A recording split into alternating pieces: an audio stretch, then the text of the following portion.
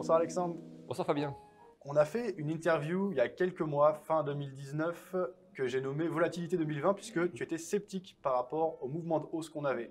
Ce mouvement de hausse a continué en janvier, a même un peu continué alors que le coronavirus commençait à s'annoncer et à se préciser. Mais là, ça y est, trou d'air, correction très vive sur les marchés, volatilité importante avec une baisse, je crois, de 5% en début de semaine. On continue, là aujourd'hui, une journée assez folle avec une grosse mèche. Comment ressens-tu les choses?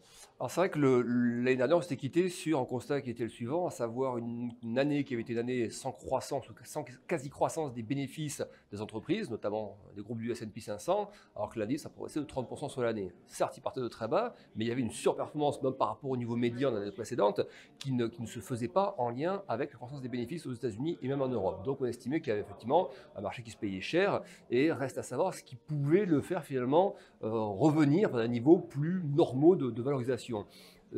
Évidemment imprévisible, l'épisode de coronavirus, les premiers bruits ont commencé à apparaître début mi-janvier, et là le marché a continué finalement à progresser, ou en tout cas à ne pas tomber tout de suite, alors qu'il y avait des mouvements déjà forts sur les taux. On voyait les taux US, les taux en Europe qui partent à la baisse, on voyait les matières premières également, le pétrole qui non seulement retombait dans un épisode de détente du risque entre les États-Unis et l'Iran en quelques temps, mais il allait beaucoup plus bas surtout. Donc les matières premières, le cuivre notamment, priceait déjà un risque sur la Chine, et seul le marché action européen et américain tenait la route. Il a fallu attendre une extension de cette épidémie, de nouveaux cas en dehors de Chine, pour que le marché commence à pricer un risque, et vous l'avez dit, ça s'est surtout matérialisé, cristallisé dans l'espace d'une semaine. Il faut bien rappeler les choses. Il y a quelques jours encore, le CAC était au plus haut depuis 2007 pour la partie donc CAC hors dividende. Moins d'une semaine après, on est sur un plus bas de 4 mois et demi sur le CAC 40. Donc les choses vont extrêmement vite. La vol, vous l'avez dit, a progressé assez sensiblement. On avait un VIX qui naviguait à 13-14, qui montait à 25, 26, 27. Donc oui, il y a un stress. C'est pas encore la panique. On va pas parler de panique pour l'instant, mais c'est un stress qui est quand même très aigu parce que, contrairement aux épisodes de stress précédents, qui étaient ceux des tensions commerciales, c'était un stress qui était maîtrisé par Trump, qui mettait la pression sur la Chine, et quand il sentait que ça allait trop loin en termes de pression sur les actifs financiers, lâcher un peu la pression pour aller vers un accord. Là, on a du mal à mettre un prix sur ce risque-là parce qu'on ne sait pas quel va être le degré, la durabilité du degré de rupture ou de ralentissement des chaînes d'approvisionnement, quel va être le comportement des consommateurs, voyage, consommation dans les mois qui viennent, même si l'épidémie vient à ralentir, quelle trace psychologique ça laissera chez les consommateurs, chez les chefs d'entreprise et d'investissement. Donc, il y a un prix qui est dur à mettre sur le risque actuellement. Ok. Actuellement, entre les plus hauts, si on prend le CAC 40, qu'on a eu juste avant que les choses ne s'enclenchent, donc la semaine dernière, et les plus bas qu'on a quoi? À peu près 10%. Oui, c'est le stade de la correction. Ce qu'on appelle une correction. 20% c'est le bear market. Pour l'instant, ça se cantonne au stade de la correction. Mais ça peut très vite devenir, je ne dis pas un bear market tout de suite, mais il y a deux gros aspects qu'il faut surveiller. C'est-à-dire que la phase de baisse est déclenchée de manière très rapide. Sur un week-end, on a eu des gros gaps, donc des trous de cotation qui sont formés quasiment sur les plus hauts pour le CAC, pour le DAX, pour les marchés américains également. Et les indices, pour l'instant, n'ont pas cherché ces gaps. C'est-à-dire qu'ils ont commencé à baisser, à accélérer sur leur baisse, mais ont laissé des trous de cotation très importants ouverts au-dessus. Donc, il n'y a pas 36 possibilités, soit dans les heures, dans les jours qui viennent, on a des messages rassurants, le nombre de cas qui diminue, des mesures prises par exemple, au niveau du budget, des mesures de soutien pour les entreprises, voire, ce qui serait le plus intéressant pour les marchés, des mesures de banque centrale, et à ce moment-là, je pense qu'on ira chercher les gaps.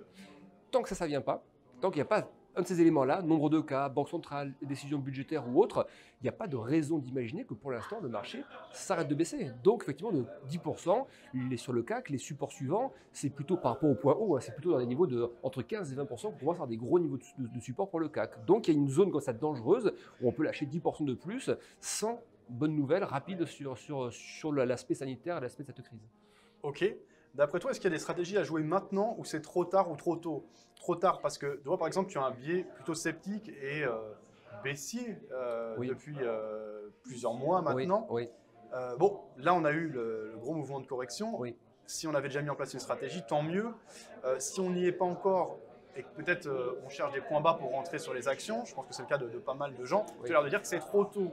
Donc là, tout de suite, si on n'est pas sur le marché, il n'y a pas grand-chose à faire. Non, où on se parle, hein. Ouais. Comme les choses vont très très vite, peut-être Ouais. dans 5-10 heures, un jour ou deux sera différent, mais là aujourd'hui le scénario c'est celui d'une grosse chute, il y a une tentative de rebond depuis quelques heures assez soutenue. Si on retombe sur les points bas sans être allé chercher les gaps auparavant, ça on n'arrive pas à combler ces gaps, donc il faut monter haut pour les gaps, hein. Il faut monter à 6000 pour le CAC, il faut monter à 13500, 13006 pour le DAX, donc si on n'arrive pas à chercher ça, qu'on retombe sur les supports, là oui je pense que la stratégie serait d'essayer de chercher à enfoncer le support et chercher les niveaux inférieurs. Et on disait à l'instant, les premiers niveaux de soutien ensuite en dessous, il n'y a pas grand chose avant au moins 5%. Donc le risque il est là et la stratégie peut être là. Donc, hein. On rebondit, on n'arrive pas à tenir le rebond, on voit que la vol progresse, on retape les supports. Dans ce cas-là, il y a un risque d'enfoncement supplémentaire. Et il faut garder un œil sur les gros moteurs de marché à la hausse comme à la baisse, notamment côté US. Si on voit ces fameuses grosses tech américaines, hein, Amazon, Apple, Facebook, Microsoft ou autres, qui ont ce mouvement-là, elles ont eu des gaps, hein, ces grosses GAFA. Si ce gap n'est pas comblé, si on s'en rapproche, on ne le comble pas et on retombe sur le point bas des dernières heures, dans ce cas-là, je pense que la correction va se poursuivre de manière assez intense. Le VIX va progresser vers la zone des 30, voire au-delà. Donc ce sera plutôt ça à jouer à la baisse dans un premier temps. Mais ne pas oublier que les gaps qui ont été créés, je pense, vu leur taille, seront à un moment donné recherchés. Donc quelqu'un qui, après une baisse de 10-15%, se dit, dans une optique de quelques temps, hein, pas en horizon 3-4 jours, mais se dit, je vais mettre peut-être une petite ligne pour aller chercher horizon moyen terme le gap, ça peut commencer à être une stratégie. Mais pour l'instant, ça me semble trop tôt comme stratégie. Pour chercher le gap, pour moi, sur la partie européenne, le CAC, c'est très simple, il faut passer au-delà de 5008. Tant qu'on est sous 5800, je trouve dangereux d'aller chercher le gap. Si on passe 5008, je pense qu'il peut y avoir un effet d'aspiration assez rapide vers les 6000 points. Et pour le DAX, c'est pareil, hein. Si on commence à effacer la moitié de la baisse qu'on vient de connaître, passer au-delà des 50% de correction, là, il peut y avoir un effet un peu technique, même algorithmique, pour aller chercher les gaps. Ok, c'est clair. Une dernière question par rapport au marché. Au début, donc il y a 2 semaines et demie, peut-être 3 semaines, on a eu un mouvement de baisse assez brusque sur les indices. Oui. Ensuite, on a cherché des plus hauts historiques, Oui. alors que le coronavirus était là. Oui. J'ai eu du mal, moi, à l'expliquer et à le comprendre, puisque à ce moment-là, on savait que la Chine était bloquée, et rien que ça, c'est quand même quelque chose au moins d'inquiétant. Et donc, je suis vraiment surpris qu'on aille chercher les plus hauts historiques. Est-ce que tu l'expliques? Est-ce que tu as... Non, je suis le même constat que vous. Normalement, la fonction du marché, c'est d'anticiper les choses. Là, on le disait tout à l'heure, les taux semblaient déjà anticiper l'élément qui allait arriver, la phase de stress. Les matières premières, déjà depuis 2-3 semaines au moins. Seul le marché action, la poche action tenait. Alors là, on peut entendre des arguments en disant, mais parce que le taux restait très écrasé, on va chercher le rendement. Là, il y en a encore, ce sont les actions. Mais face à ce risque effectivement de rupture de chaîne d'approvisionnement dans une zone économique qui pèse aujourd'hui 20% du PIB mondial, ça semblait très complaisant. Donc on était nombreux à se poser la question, pourquoi le marché tient? Moi, je n'ai toujours pas d'explication pourquoi il a tenu aussi longtemps, effectivement. Et après, on voit que le rattrapage était quand même très brutal. Ça veut dire que ceux qui tenaient, les quelques-uns qui tenaient, ont quand même vite dégagé les positions. À partir du moment où on a cassé les premiers supports de court terme, il n'y a pas de profondeur, pas d'épaisseur de marché à ce moment-là, et très vite le marché a commencé à lâcher. Très bien. C'est une mise à jour intéressante. On est à une soirée privée, donc soirée premium IG. Quel est le concept? Tu vas parler là dans quelques minutes. Alors c'est un concept assez simple, on va faire une partie macroéconomique, alors plus comme sur un horizon de quelques semaines à quelques mois, pour essayer de dégager des grosses pistes de stratégie qu'on peut exploiter sur différentes classes d'actifs, les actions, les matières premières, les taux, les devises également, et donc faire ensuite une partie technique, hein, donc partie macro, partie technique, un peu ce qu'on fait là, mais de manière très détaillée, avec des graphiques, voilà, quelque chose de très visuel. L'objectif étant de donner une stratégie, hein, à nos clients.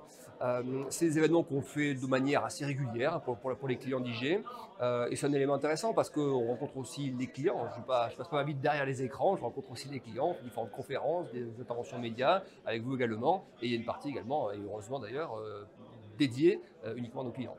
Très bien. Un autre événement plus large, c'est la nuit du trading. Ce sera le 24 mars. Oui. C'est à Paris, Oui, Salvagram. Salvagram.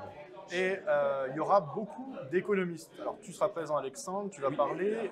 Il y aura d'autres personnalités connues et reconnues, des gérants, des analystes. Exactement. Que peux-tu nous en dire? Alors c'est une soirée, on a déjà fait des nuits du trading auparavant, il y a quelques années, on avait fait à plusieurs reprises. On remet donc une nuit du trading là au mois de mars.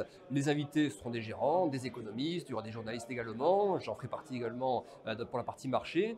Ce qui va être intéressant, c'est que là il y aura une petite nouveauté par rapport aux années précédentes. Il y aura toujours une table ronde avec des gérants et des économistes, et j'aurai la chance de faire une conférence en duo avec Christophe Barrault, que vous connaissez sûrement, qui est le meilleur prévisionniste du monde, classé comme tel par Bloomberg sur les zones Europe, États-Unis et Asie. Et donc, on animera une conférence comme ça, une partie du trading à deux. Lui parlera de la partie macroéconomique, ses anticipations, ses perspectives macroéconomiques, et j'aurai un rôle beaucoup plus technique de projection par rapport à ses conclusions sur la partie marché, voir quelles sont les trajectoires qu'on peut anticiper sur les indices, les devises, les matières premières, les taux, calquer quelque chose de technique sur une partie qui sera très analyse macroéconomique de sa part. Très bien. Ça, c'est ouvert à tous ou c'est réservé aux clients IG? C'est ouvert à tous, donc c'est les clients, les non-clients. La salle est très grande, donc il y aura la place vraiment pour tout le monde. Et c'est un événement effectivement intéressant où il y aura différents avis, des stratégistes. Il y aura également la présence de John Bollinger, donc l'inventeur des ventes de Bollinger, qui sera présent. Donc voilà, ce sera un événement plutôt sympathique. Donc évidemment, tout le monde est le bienvenu à cette soirée. Ça marche. Merci Alexandre Merci pour Fabien. cette mise à jour. Merci. Et on se voit bientôt sans doute pour parler des marchés.